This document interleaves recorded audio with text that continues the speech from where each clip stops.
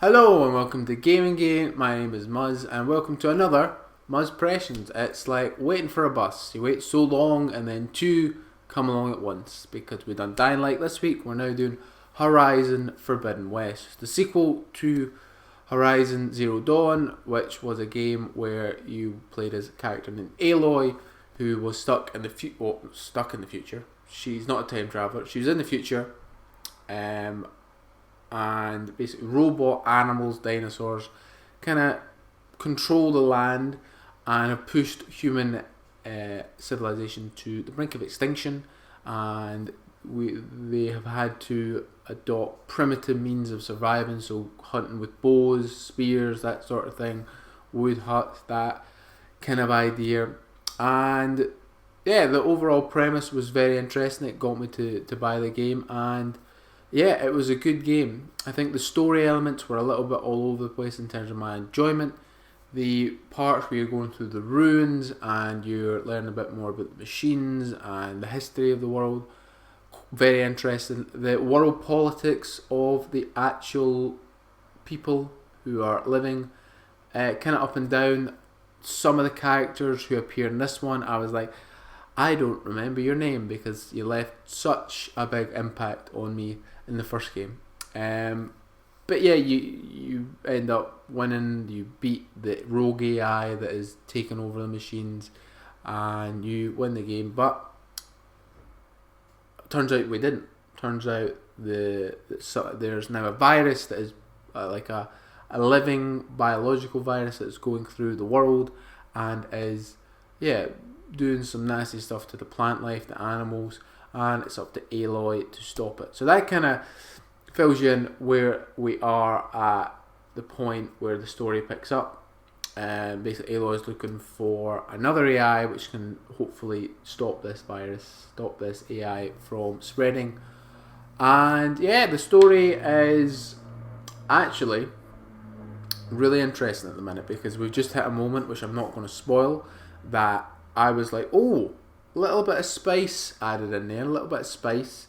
So we're going to see what is actually going to happen, and hopefully we can get the AI and win and do all that good stuff. But story is so far has been quite good.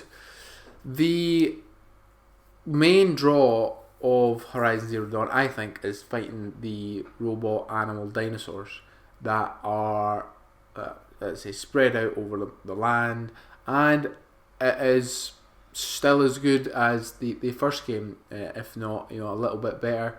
You're still fighting with bows, elemental weapons, traps. It is a lot more strategic than I think people give it credit for. You have a weapon wheel that you have to constantly cycle through, thinking about your next step, and it gives you that brief time window because it slows down time to allow you to think and be like, okay, I need this for this, and then I can do this. And it becomes a really engaging combat system, and I think added on that the difficulty can be quite hard. The enemies do hit hard. It is something that requires your focus, your attention when you're in these fights, and if you aren't any less than that, you're really going to have some trouble with some of the combat encounters. Plus, you can take over animals and use them as allies, so that really take over the robot animals, and really use them to your benefit, which just adds this whole other element to the game. Yeah, so the world so far has been similar to what it was. The world politics are somewhat more interesting now that Aloy's kind of a bigger star, so people kind of recognise her a wee bit more. Big shout out to the side quest. I am really enjoying the side quest, even though the missions themselves aren't that special in terms of like it's a fetch quest or it's like go here and do this, save a town, that sort of stuff. But it's the characters who you get it from, because normally in games like these, like Borderlands or something like that, it's just a bounty board. Even if you're getting it off a character, it's just a menu pops up and you have to read what it says. In Horizon Zero Dawn, they have little cutscenes that are, and the facial animation is very expressive. There's a lot of emotion in there, and it really makes you want to do a lot of the side quests, even though, as I say, they're not that special. The way it's delivered, the way it's given to you with those little cutscenes really adds a lot to the game, and as I say, makes you want to actually get involved in the world because of the performances of the characters. Like one of the first missions I'd done, side missions, was a mine had collapsed and I had to go in and save miners. And you could really see the worry on the person's face who was giving me it, and I was like, I need to go now and let's do this because and the side quest deserves a shout out. Another mission that deserves it, or not really a mission, but element of the game that deserves a shout out is the game Strife, which is kind of like this chessboard game you find in one of the first areas and first village, and I'm really digging it. I'm really getting into it. It is fun, it's strategic, it's quite tough when you come up against some harder opponents, and there's a lot of variety in the pieces as well and what they do and where they can go on the board. It's just very strategic, and I love that. I've been getting quite into it. I've been trying to look for them as I'm going about the world. What else? Let me see. Aloy is a character. Now, I had a little bit of an issue with Aloy in the first one, where I just felt she was a bit of a kind of a goody two shoes. Like, she just didn't really have that well-rounded a personality.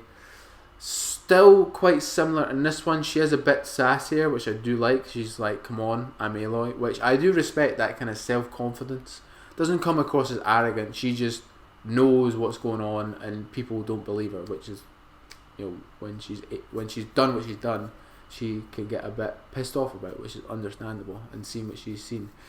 But she's going through the motions with this whole, oh, I'm the only person who can save the world kind of trope, and I'm like, Aloy, you've been saved multiple times now by multiple people in this game. Just allow yourself some help, please. It would make so much better, more interesting story dynamics, rather than her just going, I need to do it all by myself.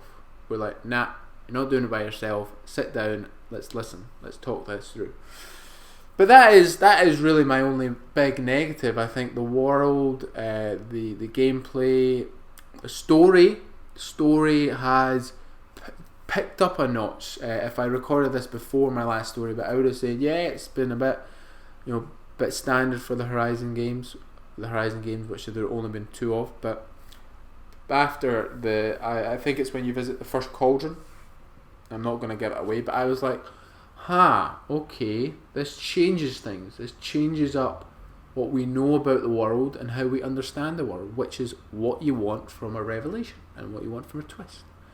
So anyway, that is what I am thinking of Horizon Forbidden West. I'm enjoying it. The combat is still solid, better than solid, still great. The story has picked up a notch, and the world, it's a beautiful game as well, got to say. Shout out to Guerrilla for making such a beautiful game. The animal, robot, dinosaurs, transformers are still hella fun to fight, and I am really enjoying the game. So let me know what you think. Are you enjoying the game, or have you given it a miss? Are you thinking of picking it up? Let me know down in the comments below. Let's have a little conversation down there.